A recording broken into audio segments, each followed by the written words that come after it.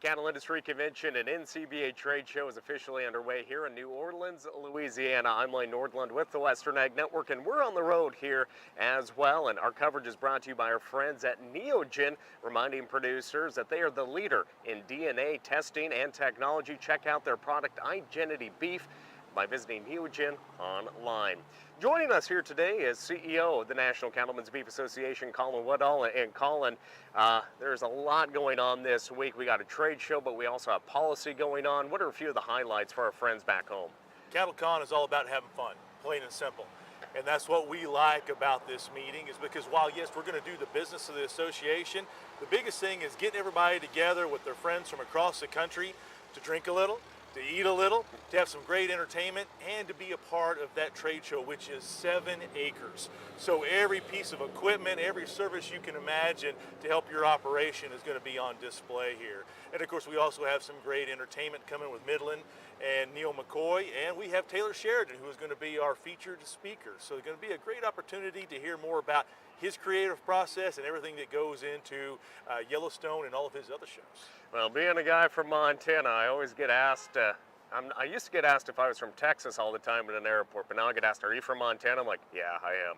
But I will say, it's not every day you see a John Deere tractor here down by the Mississippi River in downtown New Orleans. But coming back to the meat of the matter and setting policy, that's really one of the key things that happens here too. Let's talk about that grassroots policy that gets created here for your team in Denver and in Washington, D.C. to follow. The whole reason that NCBA is successful as a trade association is because we are run by the members themselves, not by the packers, not us as staff, but by the producers who are showing up to be a part of this discussion. You know, the world is run by those who show up, and this is the place where it happens at CattleCon. So yes, we talked about the fun that we're going to have, but we are doing the business of the association, and that is establishing policy. Because for us to be effective in Washington, D.C., we need a very clear direction on what our members want us to focus on and what those positions should be. So that discussion is going on here in New Orleans, where we're debating the issues. There's going to be a vote by each of our policy committees, by the board of directors. Whatever policy comes out of that, that's when we as staff will take that and start to implement it on Capitol Hill. But it comes with that full backing and support of those who were here to make that decision. You know, one thing that consumers and producers alike have been talking a lot about is sustainability in agriculture. But one thing that the Environmental Stewardship Award Program has been doing for over 20 years is highlighting environmental stewardship of cattlemen and women out in the countryside. And that's one of my favorite events, is as we honor these regional ESAP award winners. I'm lucky enough to MC this year's event. It's so exciting to just learn about these operations, but how important is it to tell that sustainability story like we have for 2 decades? As we look at what we're seeing, not only from the consumer, but also from regulators, it's that continued question of what is your impact on the environment?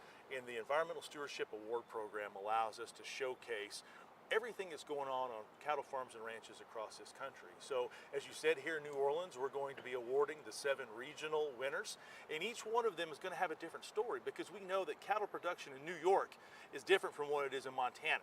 It's different from what it is in Texas, and different from what it is in Hawaii. But to be able to tell all that story collectively is what helps us really illustrate to the consumer and to that rule maker, that regulatory entity, and the legislator, that when it comes to the environmental impact, we are part of the solution, not part of the problem. Because without clean air, without clean water, without good soils, we don't have an industry. And if we're not taking care of the cattle, we don't have an industry. And so the ESAP program allows us to illustrate that. Now, you mentioned sharing that with elected officials and agency officials as well is so important, especially as there's just so many dialogues out in Washington, D.C. But the national winner will actually be announced in Washington, D.C. This will be a first, and you're taking it to those decision makers. I think that's pretty important. We're really excited about this, because you're right, this is a first for this program, where we're going to take all the regional winners to Washington, D.C., and we will make the national winner announcement as part of NCBA's legislative conference in April. So not only will we have cattle producers there, we will have our state affiliate partners there, but we're going to have members of Congress, we will have senators, representatives, we'll also have people from the administration and people from the EPA. So that way, those people who are regulating us, or trying to regulate us more, can see firsthand all the great work that's being done by cattle producers in preserving our natural resources. Well, it's already into 2023. It's pretty cold at home, so I'm sorry to my wife and everyone else that's home taking care of livestock in the operations. But there's a little more cautious enthusiasm here at the convention about the cattle prices, the size of the U.S. cattle herd. Well, wrapping up this conversation, what is NCBA looking forward to the most throughout the rest of this new year? We are looking at a tremendous amount of optimism within the industry. You're right, it's cautious because we've been hit by so many issues here over the past several years that everybody doesn't want to just completely start counting all their eggs in the basket. But things are looking good. We are looking at that weather change from a La Nina to an El Nino. We are looking at better cattle markets, and we are still looking at some tremendous demand for the consumer. So for those who have grass, cattle, and water, it's going to be a great opportunity. And hopefully for those who are still struggling, this weather change will bring a little rain to try to help turn the tables for them too. Well, again, Colin Woodall, CEO of the National Cattlemen's Beef Association. We'll have more conversations brought to you by Neogen throughout this week here in New Orleans. You're working to preserve the ground for the next generation. Shouldn't your cow herd be built for the future too? Igenity Beef provides DNA testing for 17 critical traits on a 1 through 10 scale, along with indexes and parentage. This tool aids in selection and management of commercial females and provides marketing opportunities to build your herd for the next generation. Use code RADIO to get 20% off your next Igenity Beef order. Learn more about Igenity. Go to neogen.com or call 877-443-6489. Well, one of the groups meeting this week here in New Orleans at the 2023 Cattle Industry Convention and NCBA Trade Show is the Federation of State Beef Councils. And joining us now is the Vice Chair of the Federation of State Beef Councils, Clark Price from Hellyer, North Dakota. And I guess, Clark, first question out of the chute, I mean, both of us are from the northern part of America here. A little bit different climate down here in the south. Definitely a little different climate. The humidity's a little bit harder to handle, and because we're not used to that anyway. And then the temperature change from where I came from home was 10 below, so it's a little different change, yes. Absolutely. Well, there's a lot of important work being done this week at the Federation. Let's talk about what you guys are working on here in New Orleans. So all of our committees will be getting together here, discussing what the checkoff's been doing. They'll be hearing from contractors. The contractors will give them. They're only about 6 months into their work here in this annual AR schedule. So they're going to give an update of where they're at to the committees. The committees are going to ask them questions, kind of see where they're going, and then collaborate that information and kind of come up, keep informed with what all the contractors have been doing. How important is it to have these updates 6 months into the marketing year? Well, it's important to get the producer input. I mean, and in my opinion, these contractors need the producer input. First of all, they got to tell the producers what they've been doing, what they've been given a charge to do, and then the producer input back to them is very helpful to the contractors to keep their direction right. You know, over the years, I've done a lot of interviews with guys and gals like you, and we can't say it enough. I mean, you guys do really pour your hearts and souls into making sure that beef checkoff dollar is spent as wisely as possible. Oh, it's amazing on the producer level, and all these committees are made up of around 40 people. 20 of them or so from CBB, Cattlemen's Beef Board, and 20 from the Federation of State Beef Councils. We get together as producers and direct those contractors, and we believe, first of all, we get input from the contractor as well, but we direct them on what we believe is going to move the needle on beef demand. I mean, that's really our goal to do with the checkoff. You know, talking about beef demand, I mean, part of the checkoff dollar and through the hard work and the great work that is being done, I mean, over the years, you've been able to create more value for different beef cuts that traditionally might have ended up as hamburger, but now they're a higher end beef cut for more people to enjoy. Absolutely. The new cuts that have been established, and over and above that, some of the things that we export. You know, whoever thought that beef lips would have a value in an export market? We normally would have gone into a rendering system, or beef livers for that for matter. We don't consume enough beef liver in the U.S., but places like Egypt, South Africa, they're consuming that liver, and it's a high value product to them. Tongues are another one that we ship to Japan typically, and they look at that as a luxury type food. Yeah, they sure do, and a lot of folks here in America just wouldn't even give it a second glance in the meat case, even if it was offered. So we're very fortunate to have those export markets out there. You know, speaking of those export markets and what we just said, they truly are creating more value per head of live cattle like you raise in North Dakota. Absolutely. The value, I think the last number I heard was somewhere around $480 a head contributed back to the a live animal on the value of the exports. So without those exports, we would be in a whole different market environment. So we need to have those exports, and we need the market access. So some of that stuff that the U.S. Meat Export Federation is specialized in, they do a wonderful job of getting into those markets. Well, we're in a new month. It's now February, and that's for a lot of folks across America who love NASCAR. It's the official kickoff of the 2023 NASCAR season coming up here in just a few days down in Daytona, Florida. Talk about the Federation of State Beef Council's involvement with the Beef It's What's for Dinner 300 race, which runs the day before Daytona 500. Yeah, so the Beef It's What's for Dinner 300 is an Xfinity race. NASCAR and the kickoff of their season in Daytona coming up in just a little over 2 weeks.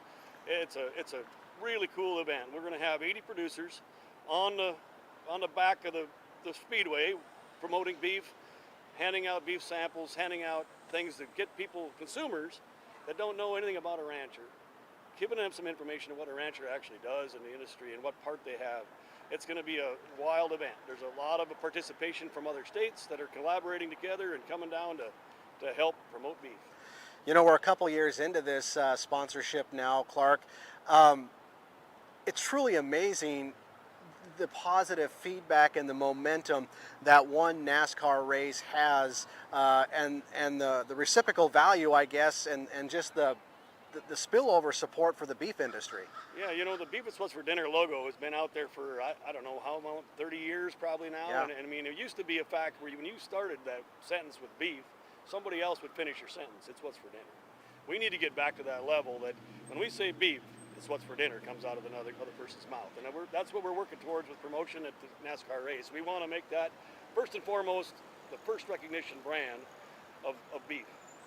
Well, and of course, the beef industry also has a new spokesperson, former Dallas Cowboy quarterback Tony Romo. How cool is that to bring a sports figure like Tony and make him part of the beef industry family? Yeah, Tony's done a great job promoting beef in the last year. You know, this is a new thing, first year out. He's been on numerous commercials promoting beef. He's a heck of a spokesperson for the beef industry. You know, we're a ways away from the holiday season, Clark, but for the past couple years now, the beef industry has also been able to have some holiday messaging back on national TV on the Hallmark channel.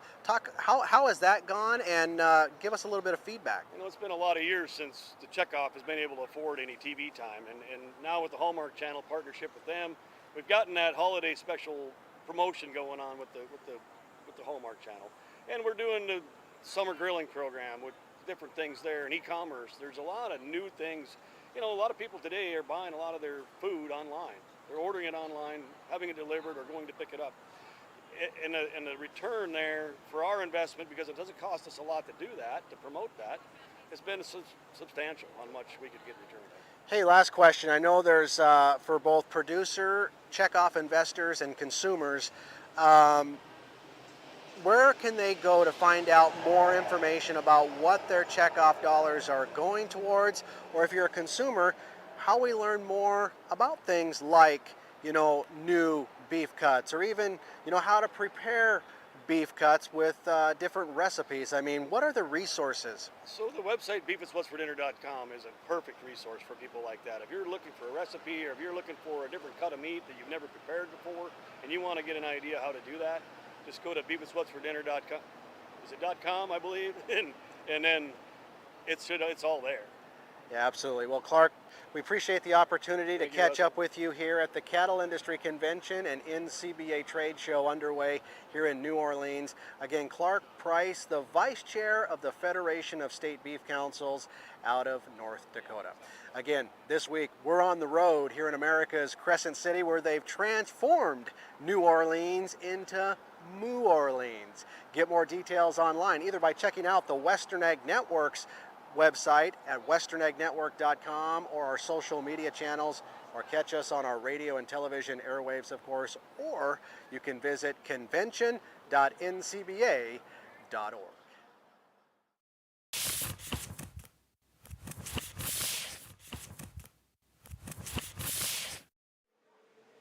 You know, the success of any organization ultimately depends on men and women out there in the countryside who volunteer to become leaders within the organization.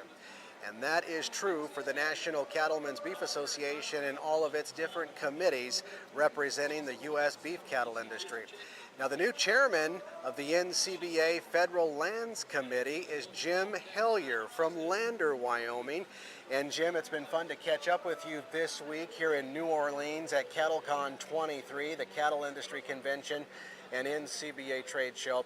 You just wrapped up your Federal Lands Committee meeting upstairs. I guess talk about some of those pressing issues that federal lands ranchers like yourself are working on these days. Well, thanks for the question, Russell. Myself, the neighbors, everybody in the West has a connection to federal lands. And specifically for our operation, it's half the year. And that amount of time is why I got involved first with the Wyoming stock growers and then moved into this role. And federal lands provide that 6 months for us, 6 months of grazing. And so that's why I became involved. Now walk us through some of those pressing topics and policy issues that you folks are working on, not just here at the national level, but back in home states like Wyoming and other western states that are utilizing America's federal lands for cattle and sheep grazing. If we just use the two biggest agencies, the Forest Service and the BLM, they each have unique challenges and opportunities. So where the BLM was there this morning, the Forest Service was there this morning. The Forest Service they have a slightly different mission than the BLM. It's a multiple use mission, but they have a different set of rules. BLM has theirs. BLM is working on an agency-wide. It's a regulatory rewrite of the grazing rules, which was last done in '94. And that's really the top shelf item right now for BLM is, can they get this rules package, can they complete it and get it out the door in a timely manner? And they're working through, they have internal challenges, procedures that they are required to follow by law, and they're working towards getting that onto the street, so to say. We're optimistic. I'll give you an optimistic answer. I'm going to do that with clear glasses, not rose-colored glasses, but I'm an optimist. So I'm going to hope that there are things in the grazing package that comes out that are going to be beneficial. As far as the Forest Service goes, they're working on things such as, an excess use rule. This changes the penalties for inadvertently being on your range, or not getting off the range by certain kind of hard dates. These hard dates don't really fit the Western landscape. We all know that just as you can't turn the cattle out on, we'll use May 1 for an example, they don't all just magically appear on May 1, and if the permit ends on the end of October, they don't all just magically corral themselves. There's imperfections in this system, and that's a big thing for the agency to take on, is to accommodate that flexibility. That's really the kind of the word of the day in regulations is, can we put more flexibility into the rules so that we're not kind of unintentionally punishing good operators? And that's the biggest, those are two really key things. Well, ranchers like yourself, truly are fighting for that multiple use on America's federal lands. And as long as I can remember, the livestock industry in America, whether it be the NCBA, the Wyoming stock growers, the Public Lands Council, has been trying to educate society about the benefits of livestock grazing on those federal lands. The benefits are numerous. I think right now it's important that we all share the same goal. The agencies and the permittees, landowners and ranchers, bureaucrats, we all want a successful range program. A successful range program is something that shares, obviously you have a permittee agency relationship, all working towards functioning systems, good grass, clean water, and of course a relationship between the regulated and the regulator. Well, I think a lot of folks, at least in the general public, forget to realize that livestock grazing and public lands ranchers like yourself are actually improving the habitat out there on America's federal lands so that other species can survive and thrive. survive and thrive, protect diversity, sustainability. All of these things are on the top of every rancher's mind. And that's we say it as, if you're successful and your parents were successful and this generation before then was successful, that's sustainability. That's one way to look at it, and that's an important way to look at it. And sustainability in today's world also brings in, can you have the proper grasses, and can you graze next year, and can you graze the next year, and that's so yes, there's a long history of stewardship from the ranchers. Well, and then one of Mother Nature's challenges that impacts all of us, whether we're in agriculture or not, are devastating wildfires that seem to be reoccurring more and more as drought unfortunately persists out in the West. And livestock and public lands ranchers are also helping to mitigate catastrophic wildfires on BLM and U.S. Forest Service lands. Absolutely, Russell. That's a really important part, and it's unfortunate that it has taken our society these massive wildfires to wake them up, and the loss of life and property to come back to where grazing is good and grazing can contribute to the landscape. I wish it didn't have to come to those fires, but there's some of the fires have triggered that debate, and so we can have a better discussion about reduction of fine fuels and clearing the understory for cattle. How important is it, Jim, for other ranchers, whether it's in the cattle business or the sheep business, or maybe there's lots of guys out there running both. How important is it for them to become activists of their own and start getting more involved, not just at the local level, but also the state level, and maybe, like you, step into a national role to really protect and try to save and enhance our livelihoods in agriculture for not just ourselves, but our future generations? Well, Russell, there's just not a lot of us to start with. And so it is important for people to join your state organization and join the national organization and come to the meetings and listen. And it's surprisingly how much knowledge is in a meeting room when you have states from Arizona to Montana. And they share some problems, and some problems are different, but the ability to network with your ranching peers provides information where you can take it home and say, well, it works down here, it might not work there, but it's that diversity of kind of production methods and people that really bring out some good solutions. Absolutely, well said. We'll leave it at that. Thank you so much for stepping up to the plate and still being a volunteer industry leader in the cattle business. Again, we've been talking with Jim Hellyer out of Lander, Wyoming, the NCBA's Federal Lands Committee Chairman. And of course, for more of our coverage from the Cattle Industry Convention and NCBA Trade Show here in New Orleans, I would just invite folks to either check us out online at westernagnetwork.com or maybe one of our social media channels. And of course, you'll be getting more and more updates on our radio and television airwaves. Hey, by the way, a big thank you to Neogen for sponsoring our coverage this week here in New Orleans, Louisiana. Be sure to check out their Identity Beef genetic tools, all designed to help cattlemen and cattlewomen become more profitable. For more details, visit neogen.com. That's going to do it for this On the Road segment for the Western Ag Network. I'm Russell Nemetz.